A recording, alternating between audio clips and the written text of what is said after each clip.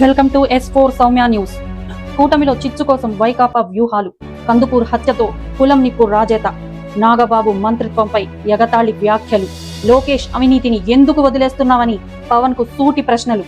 జిల్లాలో జనసేన తెలుగుదేశం కార్యకర్తల మధ్య తగువులు పెట్టడానికి పథకాలు. పవన్ ని జోకొట్టడానికి చంద్రబాబు నాయుడు తంటాలు. ఇక సబ్జెక్ట్లోకి వెళితే, మన బలం చాలనప్పుడు ప్రత్యర్థిని బలహీనపరచాలన్నది చాణక్య నీతి. జగన్ ఈ పాఠాలని చదువుతున్నాడు ఇప్పుడు.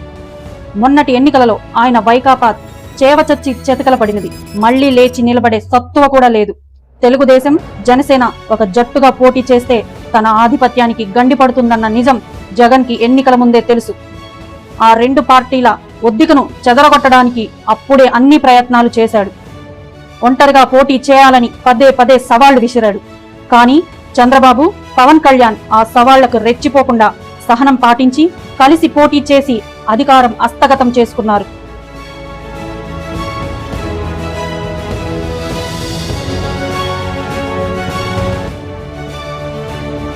ఇదే కూటమి కొనసాగితే వైకాపాకి రాజకీయ పునర్జీవం ఉండకపోవచ్చు అన్న భయం జగన్లో ఉంది.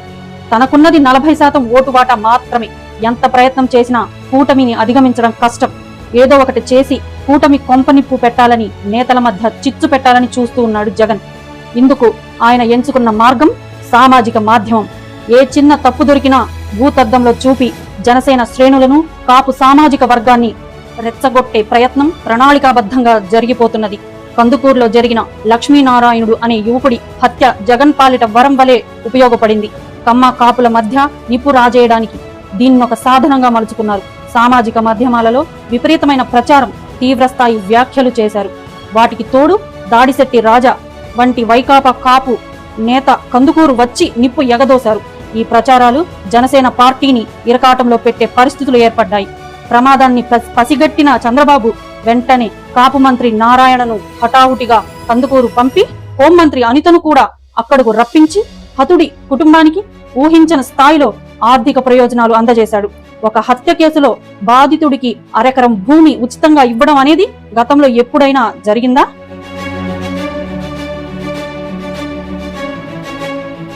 కులచిచ్చు రాజుకోకుండా చల్లార్చడానికి చేసే ప్రయత్నంలో చేతికి ఎముక లేదన్నట్లు వ్యవహరించాడు ముఖ్యమంత్రి. ఆయన అదృష్టం బాగుండి కందుకూరు ఎమ్మెల్యే ఇంటూరు నాగేశ్వరరావు కూడా సమయస్ఫూర్తితో వ్యవహరించాడు. ఈ కేసుని ప్రమాదంగా నమోదు చేయాలని ఒత్తిడి ఆయన మీద బాగా వచ్చింది. ఒంగోలు జిల్లాకి చెందిన ఒక ప్రముఖ కమ్మనేత కూడా సలహా ఇచ్చాడు, మనవాళ్లే కదా వదిలేయమని. కానీ ఇందులో రాజకీయం ఇమిడి ఉందని గ్రహించిన ఎమ్మెల్యే పోలీసుల చేత హత్య కేసుగా నమోదు చేయించాడు. ఆయన ఏమరుపాటుగా ఉండి ప్రమాదపు మరణంగా కేసు నమోదు చేసి ఉంటే మాత్రం తెలుగుదేశం పార్టీ కొంప కొల్లేరుగా మారి ఉండేది. జనసేన మంత్రులు నిర్వహిస్తున్న శాఖలలో జరుగుతున్న అవినీతి మీద దృష్టి పెడుతున్నాడు జగన్. చిన్న ఆధారం దొరికినా పెద్ద ప్రచారం చేస్తున్నాడు. పవన్ కళ్యాణ్ ను ఇరుకాటన పెట్టాలన్నది లక్ష్యం. సివిల్ సప్లై మంత్రి నాదెండ్ల మనోహర్ విషయంలో తరచూ అటువంటి అవకాశాలు లభిస్తున్నాయి. మరొక పక్క నాగబాబు మంత్రిత్వం మీద కూడా వైకాపా సామాజిక మాధ్యమాలలో ఎగతాళి మాటలు పెరిగిపోతున్నాయి. నాగబాబు మంత్రి పదవి అంశం ఏడాది కాలం నుంచి పెండింగ్ లోనే ఉంది. ఆయన్ను మంత్రిగా తీసుకుంటామని స్వయంగా చంద్రబాబు సంతకం చేసినా, పత్రికా ప్రకటన విడుదల చేసిన నిర్ణయం మాత్రం జరగలేదు. నిజం చెప్పాలంటే నాగబాబుకు మంత్రి పదవి ఇచ్చే ఉద్దేశం చంద్రబాబుకు ఎంత మాత్రమూ లేదు. ఒకే మంత్రి వర్గంలో ఒకే కులానికి చెందిన అన్నాతమ్ములు మంత్రులుగా ఉంటే సమస్యలు వస్తాయన్నది ఆయన సంశయం. అందువల్ల వచ్చే సంవత్సరంలో రాజ్యసభ ఖాళీలకు ఎన్నికలు వచ్చే వరకు ఈ అంశాన్ని నానుస్తూ పోవాలనే ఆయన ఆలోచన. పవన్ కళ్యాణ్ కూడా ఈ విషయంలో చంద్రబాబు ఆలోచనల పట్ల సానుకూలంగా ఉన్నాడు. కానీ జగన్ బృందం మాత్రం నాగబాబు భుజం మీద తుపాకీ పెట్టి కూటమిలో చిచ్చు పెట్టాలని ప్రయత్నం చేస్తున్నది. ఎన్ని ప్రణాళికలు రచించినా జగన్ కోరిక ఫలించే సూచనలైతే కనిపించడం లేదు. పవన్ కళ్యాణ్ పూర్తిగా బీజేపీ అగ్రనేతల నియంత్రణలో ఉన్నాడు. మోడీ చెప్పకుండా ఊపిరి పీల్చడానికి కూడా సాహసించడం లేదాయన. తన రాజకీయ భవిష్యత్తు మోడీ చేతులలో భద్రంగా ఉంటుందన్నది ఆయన అభిప్రాయం. మోడీ చెప్తే తప్ప చంద్రబాబుతో పేచీ పెట్టుకునే ఉద్దేశంలో లేడు. అయితే జరుగుతున్న విచ్చలవిడి అవినీతి విషయంలో మాత్రం పవన్ కొన్ని సమస్యలు ఎదుర్కొంటున్నాడు.